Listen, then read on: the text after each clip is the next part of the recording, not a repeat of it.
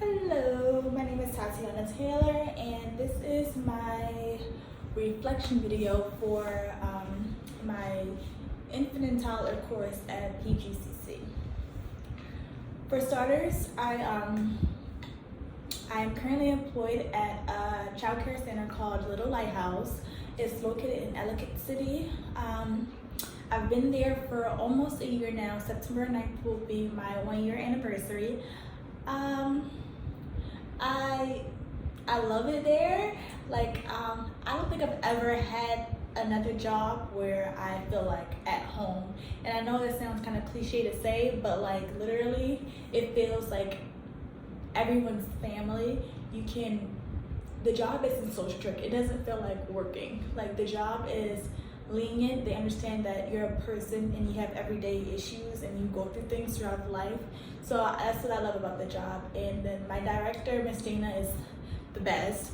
So yeah, I'm the type of person who usually, job hop every 3 months because I have never been able to find a job where I can just stick with. But yeah, enough of that. I'm employed at Little Lighthouse. I work with the babies who we refer to as the guppies, baby fish. I work with the older guppies and the younger guppies. And I also bounce around from toddlers to twos, preschool, sometimes depending on how we're looking staff-wise, but my primary role is child aid in the guppy room, which is younger guppies range from, I want to say, to around 2 months to about 6 months, or until they become more mobile, and then they come to our class, which is older guppies, and they're typically in there from around 6 months to 14 months at the latest. Of course, we move them up earlier if we feel as though they're more mobile, and if they're more developed, then we move them up earlier. But we typically keep them to around 14 months. But yeah, I work in guppies, younger babies, and I love working with babies. I love working with infants. I just love working with the younger group. I'm not much of a older group person, an older kid person. I'd rather much work with younger children because I just feel as though they're more impressionable, so I'm not gonna say build them, but you can mold them into the person that your primary role is to mold them into what they're gonna be. And I feel as though at that age they're more impressionable. That age they grasp onto things more, they see and grasp onto things more that they learn and hear. I feel as though that they're easier to work with, in my opinion. Babies, it takes a certain person to be able to work with babies and toddlers, and I feel as though I'm that person because I have great patience. I just love working with babies. Most people can't do it because the diaper changes, and you can't understand a baby because you can't always tell what they need when they're crying. It takes a special type of person to deal with babies. But enough of that. Into my reflection, I believe this course was fairly easy. It was fairly easy. I'm not a big online person, but I feel as though this course was easy to navigate, and I've learned a lot of things through this course. A lot of things I already knew, such as, I'm gonna keep looking down because I have notes right here, such as the choking hazards, administering medication. Those are things that I've learned by being at the daycare. I didn't really know them. Well, I had an idea before I started working there, but things like that I developed.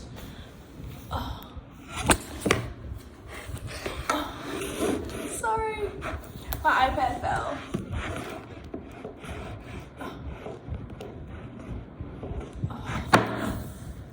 One second.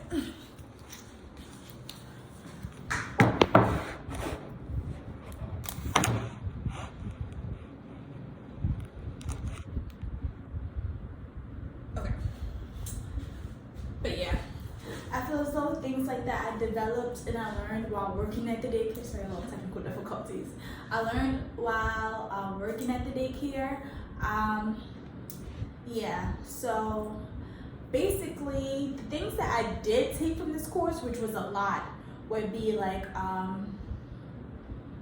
how to deal. Okay, one thing that I do deal with is struggle with is in the mornings, typically due to COVID, we have a special morning drop off routine, I would say, kind of, because parents aren't allowed to come into the classrooms now, so we meet them in the hallway with their child and their child's belongings, one parent at a time allowed in the hallway. And this typically tends to make the child less comfortable with the drop off, so it makes them more fussy, and that's the thing that I've been struggling to deal with, because typically I'm there in the morning taking the child back to their classroom. So I've been trying to figure out like ways we could like ease the moving process for the child. And one thing I learned was to develop a goodbye ritual from one of the modules that I read, a goodbye ritual, which I never thought. We have something in our classrooms. In each classroom, we have something called a safe place. A safe place. And in the safe place, there's pictures of the child and pictures of their families. So when the child feels distressed or sad or upset, we take the child to the safe place. If they're younger or older, they can just walk over to the safe place, and this is where they feel safe. They calm themselves down. They see their parents, so there's like a reminder of their parents and their family, and it's just a place for them to feel safe and to feel comfortable. So yeah. So I found that was a good thing I can try to develop as a goodbye ritual. I found that very interesting. What else? Another thing I learned a lot of new terms, such as parenties, phonemies, and temperament. I've heard temperament before. I'm not pronouncing these words correctly, I know I'm not, but I've heard this word before. But like a lot of the terms I've seen and I've learned, I've never seen before, and it's good to always expand your vocabulary. But these are things that I probably would hear like at a meeting or something, and I'd be like, I don't even know what that means. But now I know, because I took this course and I read everything, and that's always good. Another thing that I learned would be, why children cry at the end of the day. I typically thought, it's just a child, they were having too much fun, they just didn't want to go home. And sometimes that is the case. Like I have a child in my class who does that because she's not ready to go home, and she's 11 months. But I've learned that typically the child does this because their feelings come back from when the feelings they've been holding in all day of missing their parents, their feelings are coming back, and they've been reminded that they felt they were separated from their parents. So now like they're comfortable with their parents, they can release this feeling and release this energy now. So that was something that I learned that was very interesting.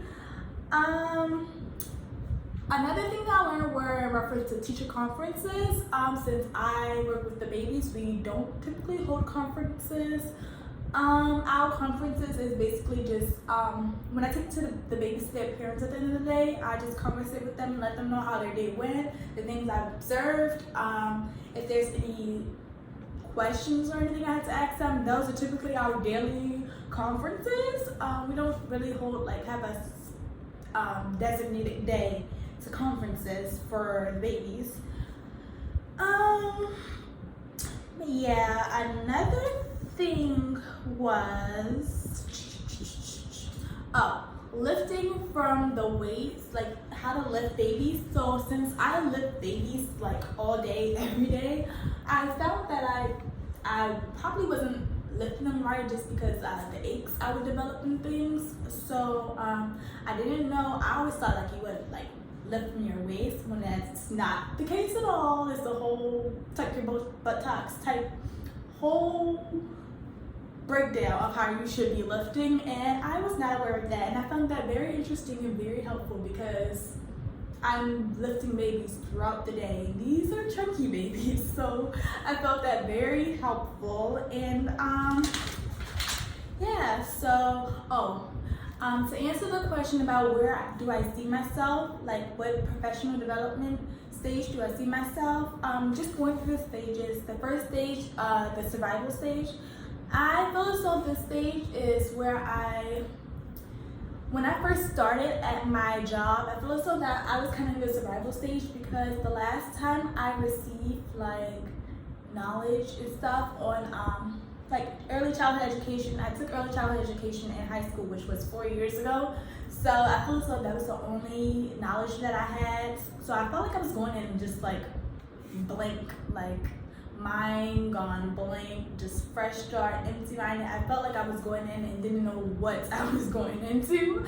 So it's basically like survival mode. Like I tried to just like adapt to what everybody else was doing around me, and I tried to just,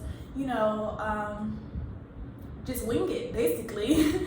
So I feel as though that was my survival mode, but I don't feel as though my survival mode lasted a long time. I feel as though it lasted probably like, I want to say I started in last September to probably November. Like I'm a quick learner. I pick up on things very, very easily, and I feel as though my survival mode, it started to turn into the consolidation stage, because I started to become more comfortable with parents. I was comfortable with what I was doing. I was taking on more roles as an aide, and I was acting more as a teacher than an aide, because I would do things such as observations. I would create lesson plans, help the teacher in my room create lesson plans. I would, do whatever. I was basically doing the things that a teacher was doing, but I just didn't have the title. And I felt as though that's just because I was more comfortable in my position, and I was more comfortable with the things that were going on around me. I was more comfortable talking to parents. I was just more comfortable as a teacher, even though I'm not a teacher yet, but I was more comfortable as a teacher. And I feel as though that's why I entered the consolidation stage so fast. Usually teachers don't enter it that fast, and I just feel as though that's why. And I feel as though where I stand right now, that I am in the renewal stage, and I feel as though this had a lot to do with COVID, because during COVID, my center was still open, but I only had one baby for like 3 months. So like this made me lose my interest in teaching, lose my passion. It made me lose the enthusiasm that I had, like going to work, because I only had one baby. So it's like not much I could do with the one baby, and my days were just dragging, and I was just tired of being there. And usually teachers don't experience this until like their 3rd or 4th year within teaching, and I felt so mine came so soon due to COVID. And I just feel as though if COVID never happened, I don't feel as though I would feel the way that I feel now. So, and I feel as though these courses, these 45-hour courses, these 2 45-hour courses that I just took, I feel as though that helped with me with seeing my passion again. It helped me bring myself back to reality. Like, yeah, this is what I want to do. I love working with kids. Help me just come back into myself. And I feel as though that's what I needed. I needed a refresher. I needed a, what is the word I'm looking for? A reminder that this is what I want to do. That's what I need. And I feel like due to COVID, since I didn't have as many kids, since I didn't have as much going on, I was just losing interest. I just wasn't caring, not doing lesson plans, I mean, even though that wasn't in my job description in the first place, but I was doing it at first because that's what I wanted to do, because I'm so passionate about the job. But I felt as though I was entering the renewal stage. I felt as though I am in the renewal stage currently, but I felt as though this course is bringing me out of the renewal stage. Like, it's kind of taking me back into the consolidation stage. It's reminding me what I love to do and why I love to do it. So yeah, and that's basically it. I'm just so thankful for this course to help me to find my passion in myself again. And I just want to thank the teacher. When I had questions, she emailed me back without any